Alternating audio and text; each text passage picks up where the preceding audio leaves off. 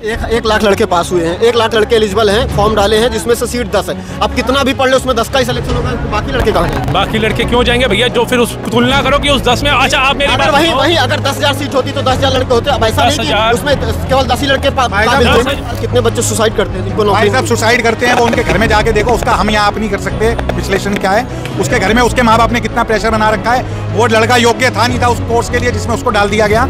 उसको आप रोजगार से कंपेयर मत करो, और उसकी जिम्मेदार मोदी सरकार नहीं है। की बात कर रहा था, जैसे भाई साहब ने बोला ना कि आपने कहा सुसाइड करते हैं बच्चे, सुसाइड कर जाते हैं। कभी सुसाइड जितने बच्चे करते हैं, कभी किसी से परिवार से जाके पूछना, उसके अंदर आपको पता चलेगा कि उसका हक जो था ना आरक्षण वाला ले गया। मैं देता हूँ, आपका बेटा आप नौकरी करते हैं सरकारी, आपका बेटा शहर में रहता है, वो स्कूल में पढ़ता है। दूसरा का बेटा वो झुग्गी में रहता है, वो स्कूल में नहीं पढ़ता, सरकारी स्कूल में पढ़ता। आपका बेटा प्राइवेट अच्छे स्कूल पढ़ता है, उसका बेटा वही स्कूल जाता है, उसको जो है कोई सुविधा नहीं है, वो भी कैसे कंप्लीट कर लेगा आपकी बेटी से? अगर आप जो गरीब देख रहे हैं, ये गरीबों के अंदर मैं इनकी बेइज्जती या इनकी अवहेलना नहीं कर रहा हूँ, लेकिन इनको भी थोड़ा जागरूक समझदार होना पड़ेगा कि हम दो हमारे दो, और अगर आपके पास ज्यादा नहीं है तो एक करो, लेकिन कम से कम उसको सुविधा अच्छी दो। आपको क्या लगता है कौन आएगा इस बार? 100% कांग्रेस आएगा, इसमें नो कांग्रेस आएगा। युवा, ये भी युवा है, आप भी थोड़ा कितने साल के युवा हैं? ये भी राहुल वाले युवा हैं, 32 साल के। 4 साल नहीं, चलो इनकी बात इनको कहने का मतलब मैं 54 साल का हूँ। देश की जनता अंधी है। ये जो भाई ने भी बात बोली ना, काम से खुश नहीं है क्या? बिल्कुल नहीं, काम करे ही नहीं तो खुश कहाँ से रहेंगे?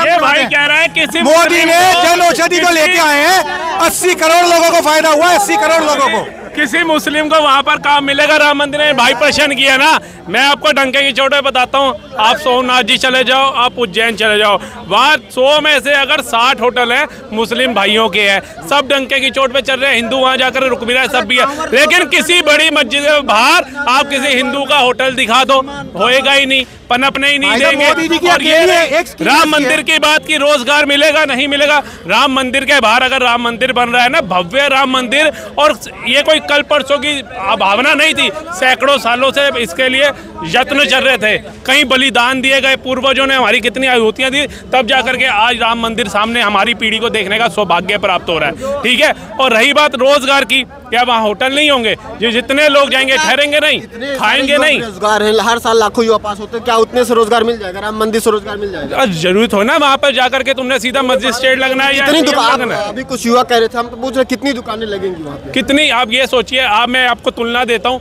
आप अभी गौरी शंकर मंदिर के पास खड़े हैं, ये एक खाली दिल्ली का एकमात्र भोलेनाथ का मंदिर है, इसके आसपास आप देख लीजिए कितनों को रोजगार है। अभी फूल प्रसाद और हार वालों की बात तो कर रहा हूँ, उसके अलावा खिलौने, दुकानें, बाजार, जिसके लिए यहाँ पे जब शिवरात्रि का मेला लगता है तो कितने लोग यहाँ आते हैं, और सोमवार को कितने आते हैं। युवा जो है मंदिर के बाहर दुकान लगाएगा, दुकान में। अरे भाई एक बात बता दूं तुम्हारे को, युवा ने पता क्या सोच रखा है कि भैया मैं 12वीं करूं, आरक्षण के दम पे ले लूं, या भाईचारा घूस दे करके ले लूं, सीधा सरकारी नौकरी लूं, सुबह 10 बजे घर से निकलूं, अंगूठा लगाऊं, 2 घंटे सोऊं, फिर कोई आए, जैसे बैंकों का हाल है, अभी लंच टाइम है, अभी चाय ब्रेक है, अभी कंप्यूटर नहीं चल रहा, अभी हमारे हाथ नहीं चल रहे, अभी हमारा पैर नहीं चल रहा। तो ये इनकी सोच में है युवा की।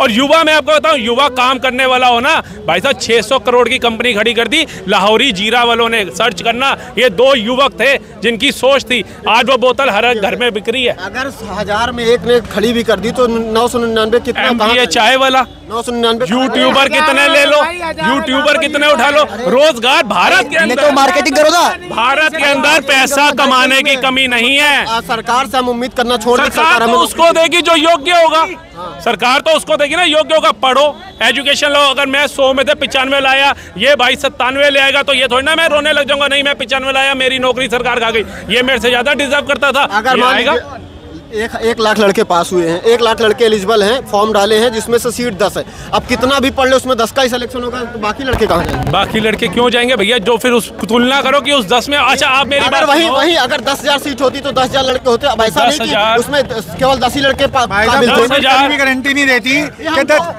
यार कभी भी कोई भी गवर्नमेंट ना पहले की ना आपकी ना बात की वादा तो किया था ना, 2 करोड़ रोजगार का वादा किया था नहीं भाई साहब? अगर 2 करोड़ का वादा, 2 करोड़ का वादा नहीं, बात सुनो, 2 करोड़ नहीं, 20 करोड़ से ज्यादा लोगों को रोजगार दिया मोदी सरकार ने 9 साल के अंदर। आप तो 2 करोड़ की बात, मैं बताता हूँ ना, सुन लो, देख लीजिए। अरे सुनो तो सही, सबसे ज्यादा बेरोजगारी जो है मोदी गवर्नमेंट में है। अरे बात सुनो भाई, 9 साल का रिकॉर्ड बोलने दो, कम बोलो, पहले सुनो मेरी बात। भाई रोजगार 20 करोड़ नौकरी की नहीं, रोजगार की बात कर रहा हूँ। रोजगार की बात भाई ने बोला MBA चाय वाला भी बना रहा है, एक बीटेक चाय वाली भी बना रही है, लोग पकोड़े भी तल रहे हैं। सुनो, पकौड़े तलना रोजगार है। ओला वाले ने मानते पकौड़े तलना रोजगार। अरे यार बात सुनो वो इतना कमा के बैठ भाई, गया, बात सुनो, पहले तो तुम बोलने दो। ओला कंपनी आई, रोजगार पैदा किया, जगह जगह लड़कों को नौकरी मिली, गाड़ी चला रहे हैं, बाइक चला रहे हैं। उसके बाद आज अपना 2 व्हीलर ओला कंपनी का आ रहा है इलेक्ट्रिक। ऐसी और कंपनियां देखो, कितना लोगों ने स्टार्टअप चालू किया है। अडानी ने 9 साल के अंदर कितने लाखों लोगों को नौकरी दी है, अंबानी ने कितने लाखों लोगों को नौकरी दी है, टाटा ने कितने लाखों करोड़ों लोगों को नौकरी दी है। टाटा को अभी आईफोन बनाने का कॉन्ट्रैक्ट मिल गया है, अभी 3-4 दिन पहले की खबर है। तो भाई ये अगर 10 से 20 करोड़ भी कम बोल रहा हूँ मैं, यहाँ पे करोड़ों लोगों को रोजगार बना है, मिला है, और लोगों ने अपने काम चालू किए हैं। सरकारी नौकरी रोजगार नहीं होती, सरकारी के अलावा भी प्राइवेट नौकरियां भी रोजगार है। कोई कैब चला रहा है वो भी रोजगार है, कोई चाय बेच रहा है वो भी रोजगार है, कोई पढ़ा लिखा बीटेक आदमी अगर गोलगप्पे बेच रहा है यूट्यूब पे जाके देखो तो वो भी रोजगार है। तो मतलब आप कह रहे हैं कि जो मिठाई की दुकान लगा रहा है, जो समोसे की दुकान लगा रहा है, पकौड़े की दुकान लगा रहा है, जितना दिमाग है, जिसके पास जितना कैलिबर है, जिसके पास जितनी कैपेसिटी है, भगवान ने जितना दिमाग दिया ऊपर वाले ने, वही तो काम करेगा। जिसके पास दिमाग नहीं, आप बोलो उसने डिग्री ले ली वो सरकारी नौकरी कर लेगा। आप ये बताइए, आपको पता है कोई डॉक्टर या बीटेक बन जाता है क्या? हर साल कितने बच्चे सुसाइड करते हैं जिनको भाई नौकरी साहब सुसाइड करते हैं, वो उनके घर में जाके देखो, उसका हम यहाँ आप नहीं कर सकते विश्लेषण क्या है। उसके घर में उसके माँ बाप ने कितना प्रेशर बना रखा है। वो लड़का योग्य था नहीं था उस कोर्स के लिए जिसमें उसको डाल दिया गया। उसको आप रोजगार से कंपेयर मत करो, और उसकी जिम्मेदार मोदी सरकार नहीं है। वो हर सरकारों में सुसाइड होती आई है और होती आएगी। सरकार का काम क्या है? सरकार का काम है जगह जगह रोजगार पैदा करना, लोगों को काम देना। अगर महंगाई बढ़ती है तो उस हिसाब से उनकी दिहाड़ी, सैलरी और रोजगार बढ़ाना, पैसे बढ़ाना, जो कि काम करते हैं मंथली सैलरी मिलती है। ठीक है, आप क्या करें? मैं यही आपकी बात कर रहा था, जैसे भाई साहब ने बोला ना कि आपने कहा सुसाइड करते हैं बच्चे, सुसाइड कर जाते हैं। कभी सुसाइड जितने बच्चे करते हैं, कभी किसी से परिवार से आके पूछना, उसके अंदर आपको पता चलेगा कि उसका हक जो था ना आरक्षण वाला ले गया, आरक्षण वाला ले। बिल्कुल। और यही आरक्षण, ये अगर आपको कायदे से बताऊं ना, ये आरक्षण जो है ना, ये भारत के लिए नासूर है। जिस दिन ये आरक्षण खत्म हो जाएंगे ना, और जिसकी जितनी काबिलियत होगी, जिसकी जितनी काबिलियत होगी उस हिसाब से उसको नौकरी मिलेगी। जिसको सबको बराबर मौका भी मिले, आप ये कहना चाहते हैं जिसकी जितनी हिस्सेदारी उसकी उतनी भागीदारी। मैं कहता हूँ जातियों में, धर्मों में क्यों बांट के देना? काम गिनवाता हूं आपको। धर्म में क्यों बांटना? जाति धर्म में, जाति के धर्म के आधार पर आप बांट करके कि इसको मैं इतना आरक्षण दूंगा, उसको इतना दूंगा, और वो जाति वर्ग का बंदा खुश हो जाए। मैं एक एग्जांपल देता हूँ। आपका बेटा, आप नौकरी करते हैं सरकारी, आपका बेटा शहर में रहता है, वो स्कूल में पढ़ता है।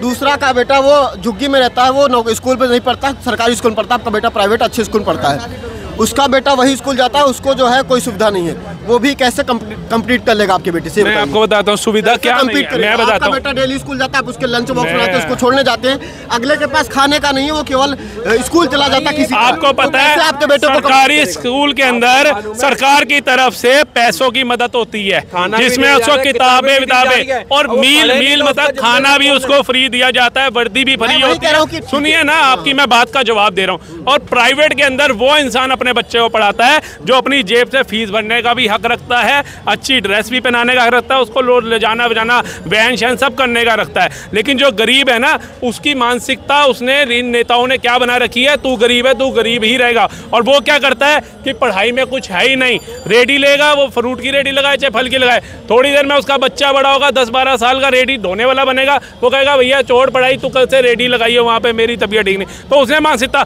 और यही भारत देश है जिसके अंदर रिक्शे वाले की बेटी IPS भी बनती है, एक कूड़ा उठाने वाले का बेटा भी IAS बनता है। ये वही भारत है। तो ये कैसे पढ़ लिख जाते हैं?